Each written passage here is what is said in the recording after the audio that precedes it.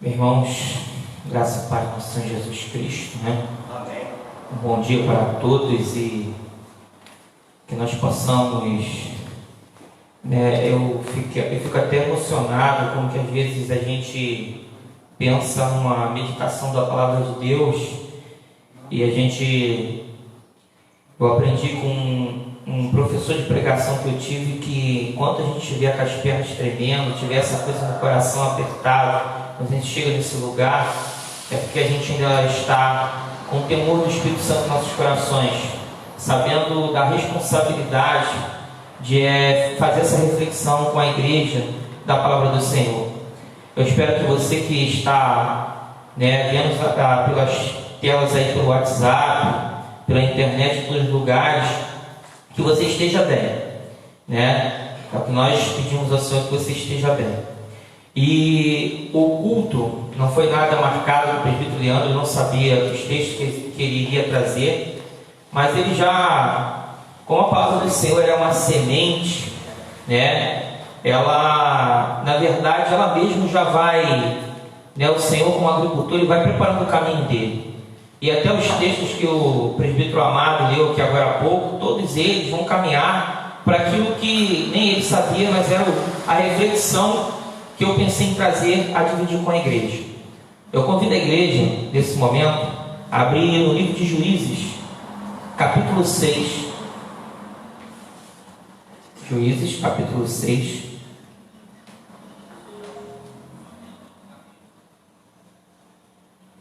Não vai ser uma reflexão extensa, vai ser curto, tá rápido. Mas eu, na verdade, vou fazer um convite à igreja, a você que está ouvindo, a você que está vendo essas imagens, um convite à igreja a visitar um caminho que ela já conhece. Um convite à igreja a lembrar de um caminho que já foi ensinado, mas que muitas das vezes nós nos deixamos nos afastar. Muitas das vezes nós nos deixamos desanimar, né? Então a gente vai de novo tentar reconhecer esse caminho. Essa palavra não é só para você, é para mim, é para toda a igreja.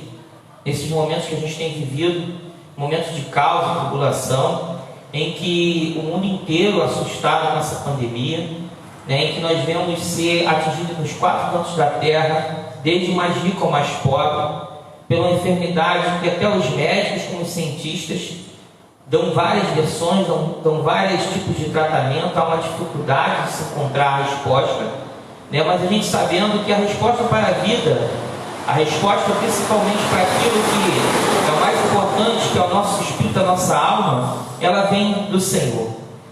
Então a gente vai começar aqui a meditar nessa palavra que lembra um tempo em que Israel passou por momentos parecidos, o povo de Israel. Os irmãos acompanhem comigo.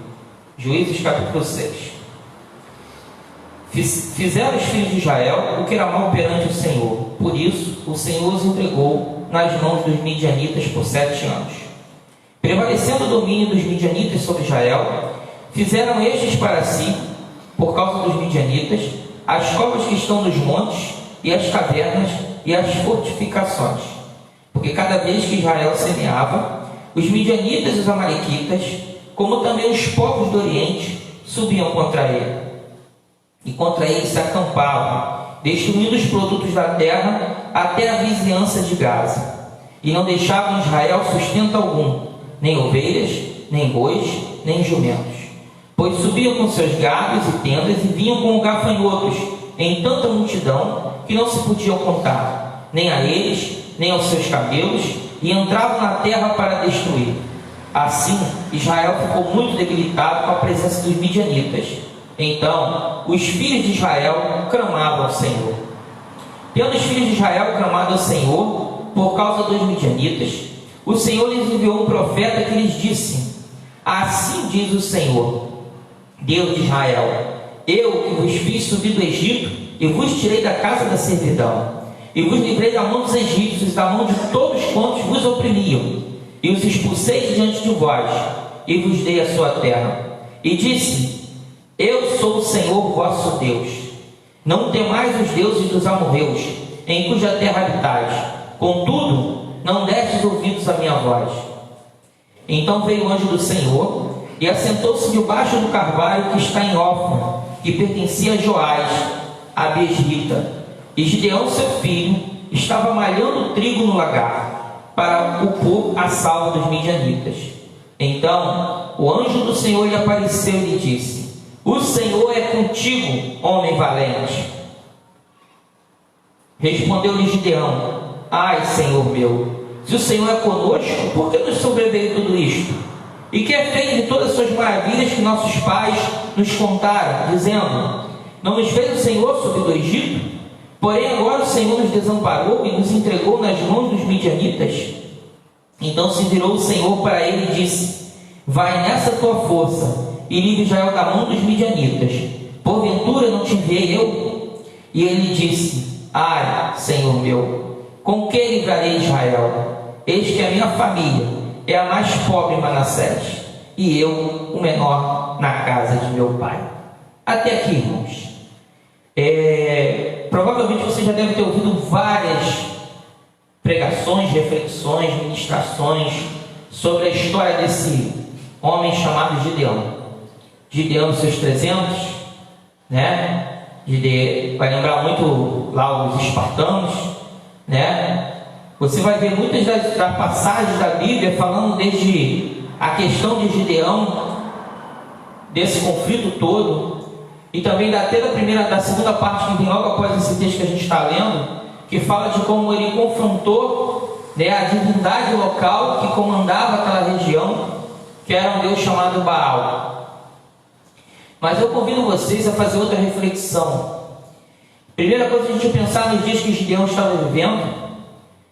Alguns anos atrás, esse Israel, que como ele conta aqui na Bíblia, ele fala aqui na palavra, esse Israel que tinha sido libertado da escravidão egípcia, né, da maior potência do mundo antigo, né, que era o Egito, e com mão forte Deus trouxe eles até aquela região, venceu vários reinos muito mais poderosos.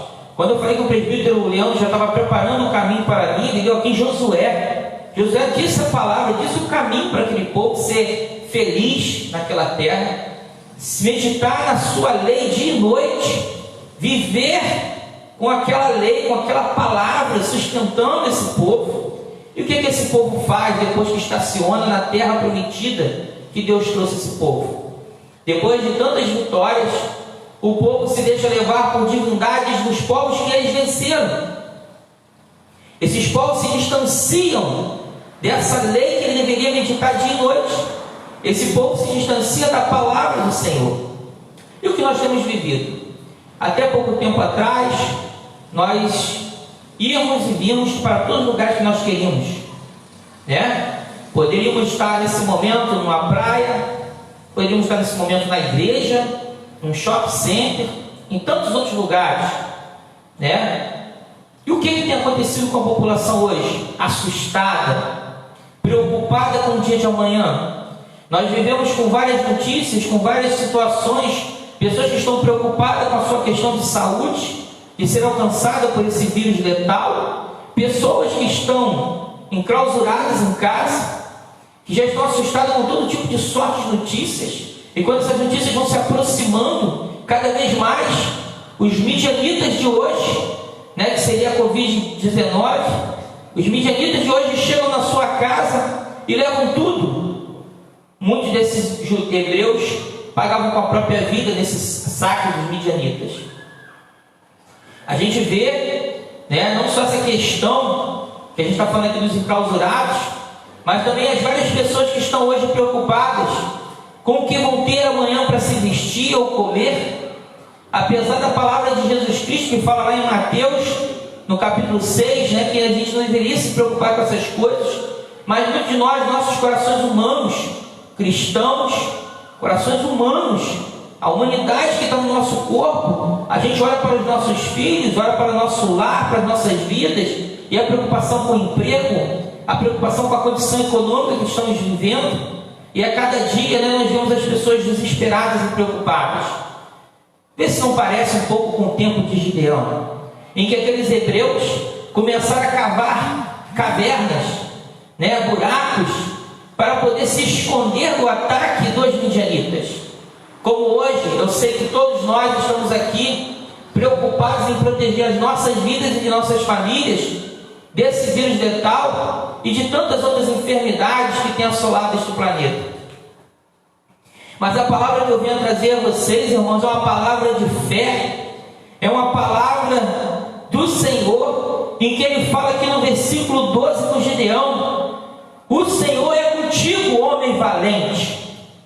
Pois eu falo para a tua igreja hoje: o Senhor é contigo, homem valente. O Senhor é contigo, mulher valente. O Senhor é contigo, jovem valente. O Senhor é contigo, adolescente, criança valente. O Senhor é contigo, como foi com Gideão. Aqui no versículo 13, ele fala que Gideão estava malhando trigo no lagar.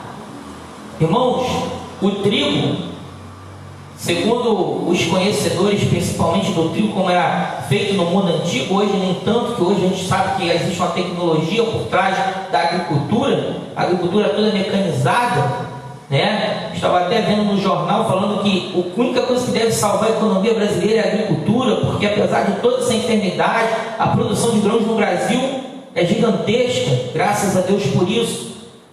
E aí a gente está vendo aqui, ele falando sobre o trigo. E como que era o trigo no mundo antigo? Até pouco tempo atrás, nos lugares mais humildes, o trigo é malhado em campo aberto, para que possa até o vento participar, né, dessa separação daquilo que não deve ir com o trigo. E o que o Gideão estava fazendo para proteger seu alimento? Ele estava indo lá para um lagar, um local escondido. O lagar, na verdade, era um lugar onde se fazia, tipo, como se fosse uma bacia, um tanque, onde se pisava as uvas, né, para tirar o vinho, pisava-se a oliva para tirar o azeite. Mas era um local que normalmente ficava no local mais escondido, porque esse tipo de processo não era necessário nem o sol, não era necessário, né, o ar aberto, mas sim necessário apenas ter um local pequeno para que se pudesse fazer isso. E era lá que Gideão estava fazendo, preocupado com o que? Com o seu alimento, preocupado com aquilo que era a preocupação de todos os hebreus. E aí, um anjo aparece para Gideão e fala com ele: o Senhor é contigo, homem valente. Através de Gideão, o Senhor ouvia o clamor do povo hebreu. Através de Gideão, o Senhor preparava mais uma vez um libertador. Até pouco tempo atrás, através de Débora e Baraque, Deus tinha feito o livramento. E esse povo, com o passar do tempo, outra vez se voltava a se submeter às divindades locais, voltava a abandonar aquilo que Josué falou, a lei que deveria se meditar dia e noite. Começou a viver pelos costumes daqueles povos locais, pelas crenças daqueles povos locais, pelo misticismo daqueles povos locais, e abandonou a verdadeira lei, o verdadeiro caminho. Mas Gideão conhecia esse caminho. Está aqui. Quando Gideão vai questionar o anjo, ele, a primeira coisa que ele fala: se o Senhor é conosco, por que nos sobreveio tudo isto? Igreja, se o Senhor é conosco, porque hoje nós estamos assistindo uma escola bíblica dominical, uma pregação, um louvor via live, nós estamos no templo do Senhor. Por que sobreveio tudo isto? A humanidade, com tanta tecnologia, os homens que questionam até a existência de Deus, cadê a cura, cadê a convencer um pequeno vírus que tem entrado em corpos humanos e de forma letal levado ao fim dessas vidas? Gideão pergunta: por que nos sobreveio tudo isto? E o que é feito de todas as suas maravilhas? Era porque ele conhecia a palavra. O que foi feito de todas aquelas maravilhas que nossos pais nos contaram, dizendo? Essa palavra estava viva em Gideão ainda, ele sabia. Diferente de muitos ali que já estavam curvados a Baal e nem se lembravam do Senhor Deus, Gideão ainda tinha isso no coração, essa semente. Como foi falado pelo presbítero anteriormente, hoje nós temos a palavra tão próxima de cada um de nós, e muitas das vezes a gente não se alimenta dela, não medita nela. E Gideão fala aqui, o que foi feito de todas as suas maravilhas que nossos pais nos contaram, dizendo: não nos fez o Senhor subir do Egito? Isso é palavra de quem conhece, de quem ouviu, quem guardou, quem tinha essas lembranças, memórias muito fortes. Mas o que a gente vai ver no capítulo, no mesmo capítulo 6 mais à frente, é que Gideão não tinha um bom testemunho de seu pai. Seu pai era um seguidor de uma divindade chamada Baal, diga de passagem, um dos mais importantes. Gideão, como menor, quando ele vai fazer a ação que Deus manda ele fazer, ele faz até escondido, porque ele estava preocupado com a reação daquele povo, e o povo vai reagir, vai ao pai dele, porque tipo assim, é um absurdo ele ter derrubado um poste ídolo de Baal, naquela terra que todos ali o adoravam. E aí o próprio pai caindo em si, provavelmente lembrando daquilo que foi ensinado a ele, e de repente ele passou para o filho dele, mas sem fé, sem força. Ele fala assim: Baal é Deus, que ele lute por ele. Aqui no capítulo 6, versículo 31, porém Joás disse a todos os que se puseram contra ele: contendereis vós por Baal? Livrá-lo-eis vós? Qualquer que por ele contender, ainda esta manhã será morto, se é Deus que por si mesmo contenda, pois derribaram o seu altar. Gideão não tinha no testemunho do pai, no ensinamento do seu pai, em acreditar no Senhor Deus, naquele Senhor Deus que Josué falou, naquele que tem um versículo em que Josué diz que eu e minha casa serviremos ao Senhor. Ele faz isso ao povo de Israel, porque ele sabia do poder desse Deus, ele sabia de quem era esse Deus, mas era um povo que desconhecia, e é um povo que se deixava por qualquer caos, qualquer momento de trevas, se afastava da presença do Senhor, se distanciava dessa lei que deveria meditar de dia e de noite. Então, irmãos, a primeira reflexão que eu faço com os irmãos é sobre essa questão aí. A segunda questão que eu queria fazer uma reflexão com os irmãos é sobre o trigo. O que é o trigo? O que nos lembra o trigo? Hoje pela manhã, né? Pãozinho quentinho na mesa, trigo. Muitas das vezes na Bíblia ele vai representar a humanidade. Muitas das vezes na Bíblia ele vai representar o alimento. E aí a gente pensando no alimento, que é o que Gideão está preocupado aqui. Gideão está malhando trigo lá no local que seria escondido no lagar, porque ele está preocupado com o ataque dos midianitas em pegar esse trigo e ficar sem alimento, ele e a família dele. Essa é a preocupação de Gideão. E qual tem sido a sua preocupação, irmão, nesses momentos? Nesses dias que nós estamos enclausurados em nossos lares, nesses dias em que nosso direito de ir e vir tem sido podado para cuidar de nós mesmos, de nossas pessoas que amamos, dos nossos familiares, dos nossos amigos, o que você tem feito do seu dia a dia com o trigo? Nós temos meditado nesse trigo? Nós temos buscado a palavra do Senhor? Por isso que eu falei que é um convite, é um desafio. Peço que cada irmão, nesses dias que virão e para todos sempre, mas principalmente nesses dias que já estamos vivendo, leia um capítulo pelo menos por dia da Bíblia. Você tem lido? Se você não consegue ler um capítulo inteiro, lê alguns versículos, uma parte, um texto da tua palavra, a palavra do Senhor, que está na sua casa, que não é amuleto, irmãos, é alimento, é sustento, é caminho de vida. Porque essa palavra está aqui, só algumas referências para a gente ler. Primeiro, Salmo 119, aqui no Velho Testamento, o salmista fala sobre essa palavra do Senhor. Salmo 119, versículo 105. Às vezes nós temos esse versículo decorado até nas nossas mentes, mas você tem visitado a palavra do Senhor? Versículo 105: lâmpada para os meus pés é a tua palavra, e luz para os meus caminhos. Nesses dias de trevas que temos vivido, você tem se iluminado com a palavra do Senhor? Você tem buscado nessa luz para mostrar o caminho verdadeiro para a sua vida? Mateus capítulo 4, Às vezes a gente está se preocupando tanto com o que vai nos faltar, com o que nós vivemos, com o que nós temos. Mateus capítulo 4, palavra do próprio Jesus, do nosso Senhor Jesus Cristo.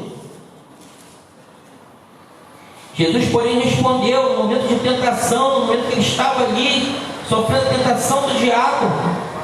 Jesus, porém, respondeu: está escrito, não só de pão viverá o homem, mas de toda a palavra que procede da boca de Deus. Não há melhor trigo ou alimento do que aquilo que vem de Deus para nós, que nos sustenta nesses dias difíceis, como sustentou Gideão, como serviu de memória para ele lembrar e enfrentar o inimigo, midianitas, que, como Gideão falou aqui no texto dele, era o menor de sua família, de uma tribo que não era nem tão destacada entre os hebreus. O que tem nos sustentado, irmãos? Em que nós temos buscado? Por isso que eu falei com os irmãos que é um desafio, é uma palavra de despertamento, para que nós possamos, nesses dias difíceis, nos buscar mais estar perto do Senhor, buscar mais através da palavra dele, meditar nela dia e noite, para nos enchermos de esperança e de alegria, porque o que nós vemos, as notícias são ruins, são difíceis, mas a palavra de Deus para nós nesse dia é: homem, seja valente, mulher, tu é valente, igreja, tu é valente. Então, nos dias de escuridão, é esta luz, esta palavra que nos sustenta, é que nos alimenta e que nos fortalece.